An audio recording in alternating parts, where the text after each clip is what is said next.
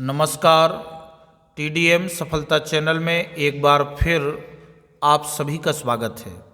आज हम इस वीडियो में कक्षा 8 संस्कृत 8 ग्रेड अभ्यास पुस्तिका जो कि हमें वर्ष 2024-25 में दी गई है, तो आज हम इस अभ्यास पुस्तिका के द्वारा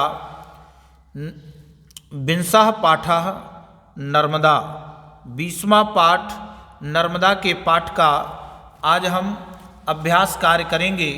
तो आप देख रहे हैं विंशः पाठः 20वां पाठ नर्मदा। तो प्रिय विद्यार्थी, इस पाठ में दिए गए परिचय को आप अक्षरशः पढ़ें और इसको समझें। नीचे निर्देशः बहुविकल्पीय प्रश्नाः, बहुविकल्पीय प्रश्न दिए गए हैं जिन्हें आप अभ्यास करेंगे। सरदार सरोवर बंधः अस्ति, सरदार सरोवर बांध है, कहाँ पर है? यमुना नद्याम, गंगा नद्याम, नर्मदा नद्याम और क्षिप्रा नद्याम। तो इसका सही उत्तर होगा नर्मदा नद्याम। नर्मदा नदी में सरदार सरोवर बांध है। प्रश्न दूसरा है मेघदूते कालिदासेन कस्याः सौंदर्यं वर्णितम्। मेघदूत में कालिदास के द्वारा किसके सौंदर्य का वर्णन है? नर्मदा नद्याः, मंदाकिनी नद्याः, कावेरी नद्याः, गोदावरी नद्याः। तो कालिदास के द्वारा जो सौंदर्य का वर्णन है वह नर्मदा नद्याः, नर्मदा नदी का है। प्रश्न तीसरा है भारतीय सभ्यतायां महत्वं सर्वविदितम् अस्ति। भारतीय सभ्यता का महत्व सर्वविदित है। नदीनाम नदियों का, वस्तूनाम वस्तुओं का, वाहनानाम वाहनों का, यानानाम यानों का। तो सही उत्तर हो जाएगा नदीनाम नदियों का।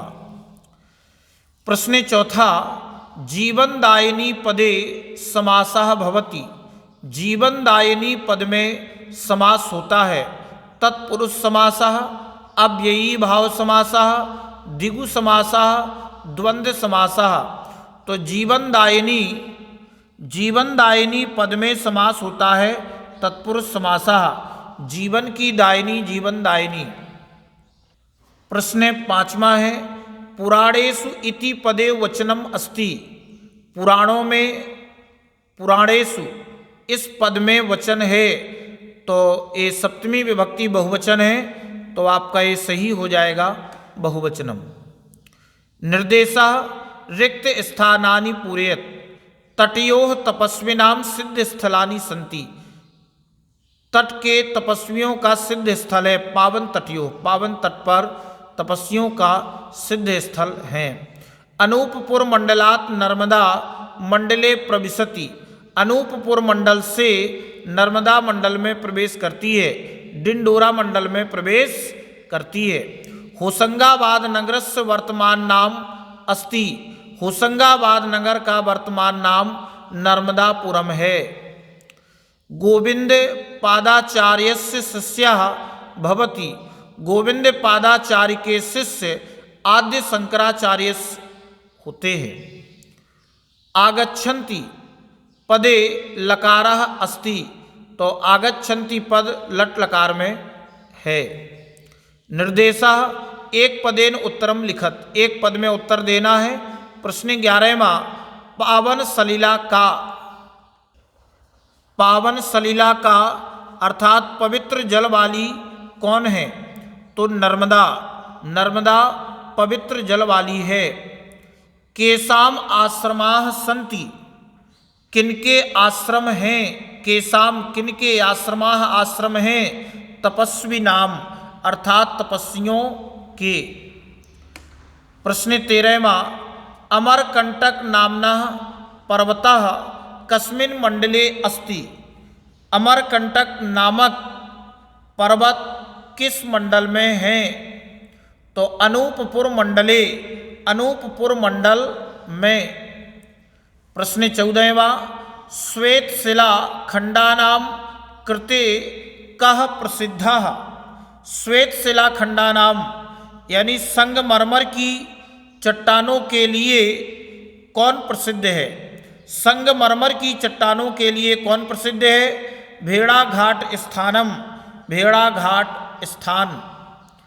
आगे निर्देशा एक वाक्येन उत्तरम लिखत। प्रश्न 15वां, जावाली पुरतः नर्मदा कुत्र आयाति? जावालीपुरतः, जावालीपुर से नर्मदा कहाँ आती है? तो इसका उत्तर लिखा जाएगा जावालीपुरतः नर्मदा ब्रह्मांड घट्टम आयाति, यानी जावालीपुर से नर्मदा ब्रह्मांड घाट आती है। प्रश्न आगे समझेंगे।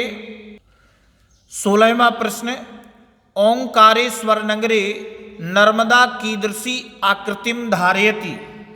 यानी ओंकारेश्वर नगरे, ओंकारेश्वर नगर में नर्मदा कीदृशी, कीदृशीम कैसी, आकृतिम आकृति को, धारयति धारण करती है? तो उत्तर में लिखेंगे ओंकारेश्वर नगरे नर्मदा ओंकार एव आकृतिम धारयति। ओंकारेश्वर नगर में नर्मदा ओंकार के समान आकृति को धारण करती है। आगे प्रश्न क्रमांक 17वां, गोविंद पादाचार्य कस्य गुरु आसीत?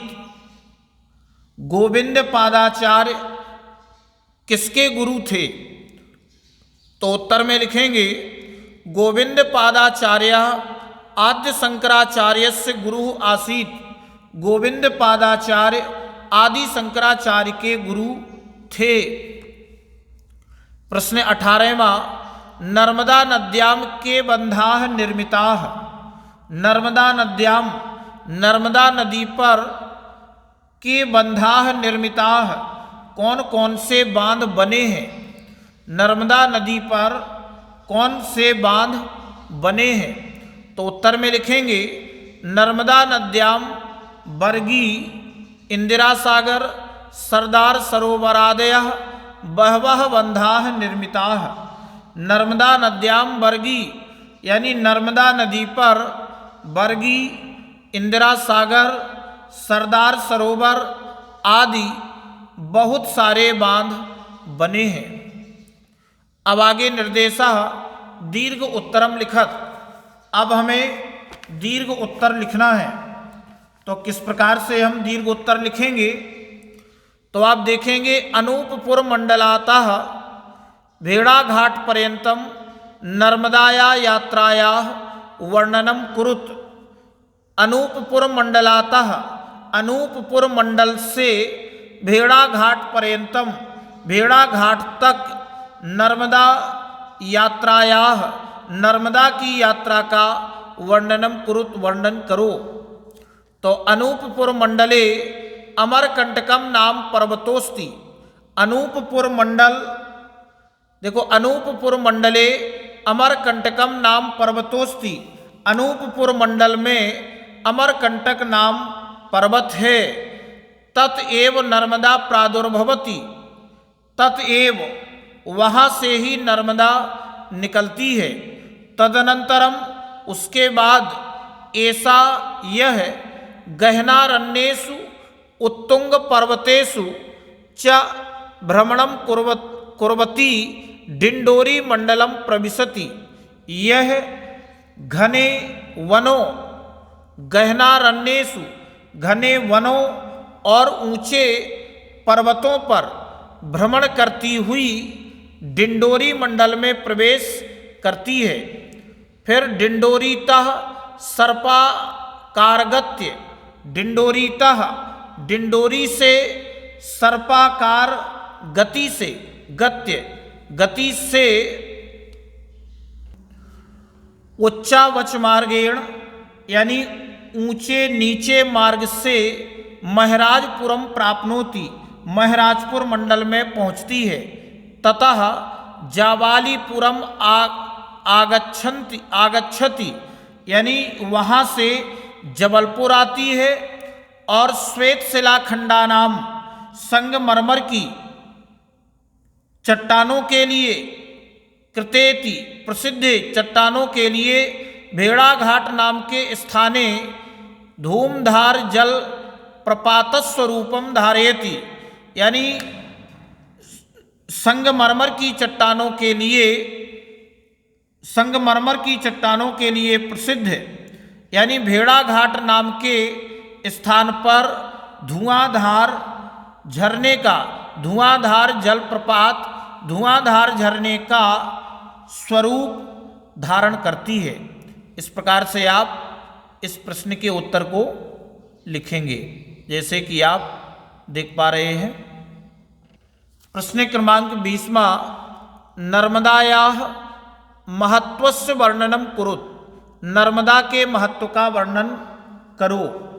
तो नर्मदा के महत्व का वर्णन है, नर्मदा नाम स्मरण मात्रेण पापम अपाकरोति, नर्मदा नाम स्मरण मात्र से ही पाप को दूर करती है। पुराणेषु अस्याः, पुराणों में इसकी बहुविध महात्म्यम बहुविध महिमा प्रतिपादित है। कालिदासेनापि मेघदूते अस्याः सौंदर्यम महात्म्यम च वर्णितम, कालिदास ने भी मेघदूत में अस्याः सौंदर्यम, इसके सौंदर्य और महिमा का वर्णन किया है। कालिदास ने भी मेघदूत में इसके सौंदर्य और महिमा का वर्णन किया है। तो इस प्रकार से इस वीडियो में बस इतना ही। नेक्स्ट वीडियो में हम अगले पाठ के अभ्यास को करेंगे। अगर आपको वीडियो अच्छा लगा हो तो वीडियो के लिए कमेंट और शेयर अवश्य करें। धन्यवाद।